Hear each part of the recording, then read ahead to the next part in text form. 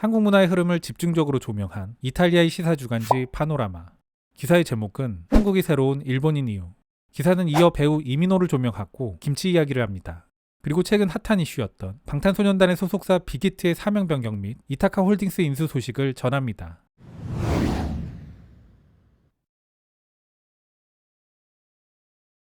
이민호는 의심할 여지 없이 가장 유명한 아시아 배우 중 한 명이다.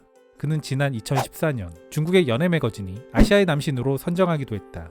그러나 오늘날 그는 아시아를 넘어 전 세계 패션 하우스가 가장 좋아하는 얼굴 중 하나가 됐다. 이탈리아도 이민호를 꼼꼼히 살폈다. 캔디는 그를 브랜드 홍보대사로 뽑았다. 소셜 네트워크에서 무려 2천만 명을 돌파한 이 한류 배우.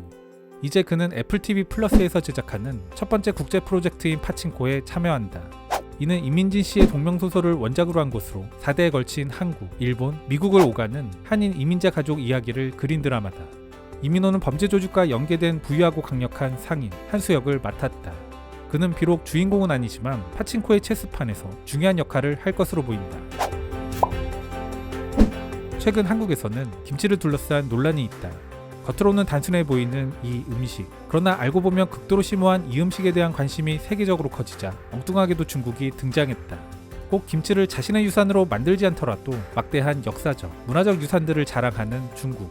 그럼에도 불구하고 중국은 이제 김치의 발상지가 자신들이라는 생각을 진전시키려 마음먹고 있는 듯하다. 그러나 실제 기록은 중국이 말하는 것과는 다르다. 2012년 중국 정부는 김치에 대한 수입을 금지시켰다. 그런데 지금 와서 한국의 김치는 자신들의 것이라는 모순적 주장을 하고 있는 것이다. 구체적으로 들어가서 코덱스를 살펴보면 한국의 김치와 중국의 파오 차이는 완전히 다른 종류의 음식이다.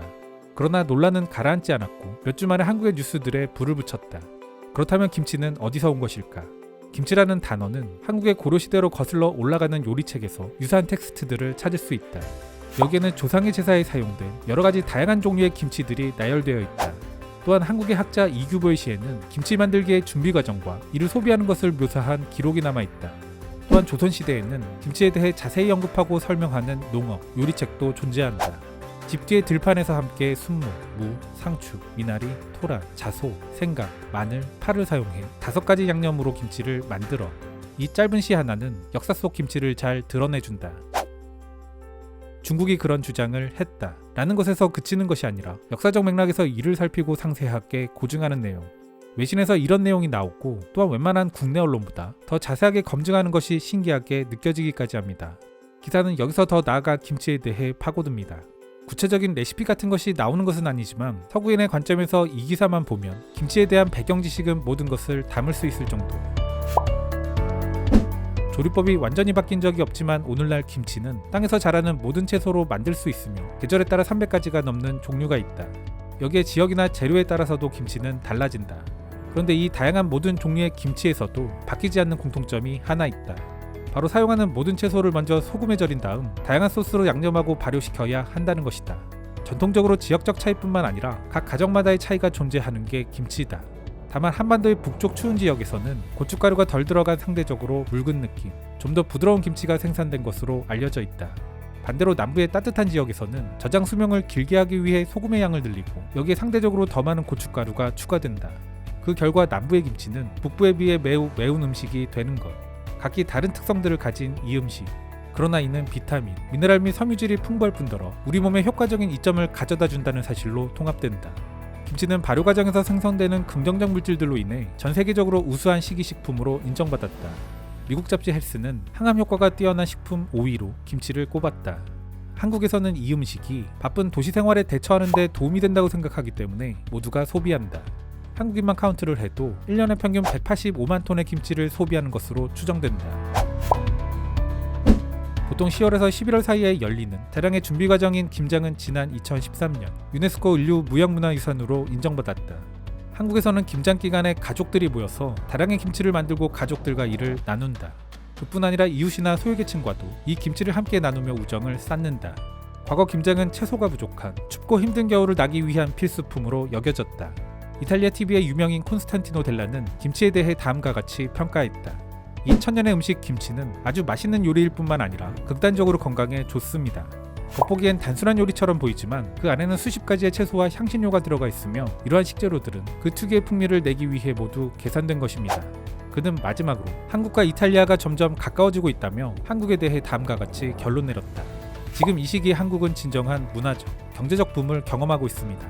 한국은 우리와 마찬가지로 깊은 전통을 갖고 이를 자랑스러워하는 나라지만 그것에 고정되지는 않습니다.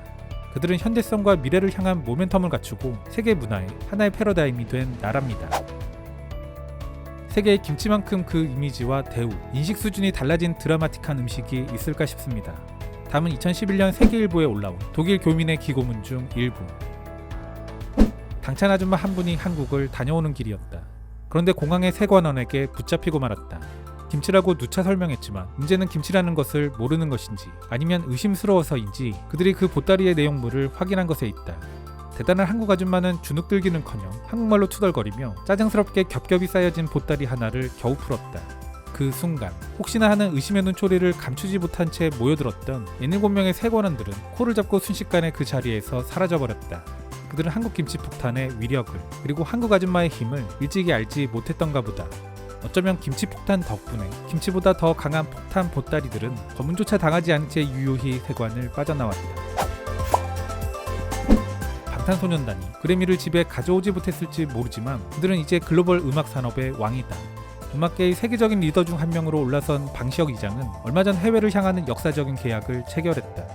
하이브로 사명을 바꾼 빅히트는 건물 제작자 스쿠터 브라운의 이타카 홀딩스와의 합병을 발표한 것이다. 이번 거래에서 한국의 하이브는 지분 100%를 인수하며 여러 아티스트를 비롯한 모든 자산을 인수한다. 여기에는 저스틴 비버, 아리아나 그란데 및 데미 로바토와 같은 국제적인 팝스타의 이름이 포함된다. 이타카 홀딩스를 인수하기 위해 하이브는 1조 1,900억 원을 지급할 예정이다.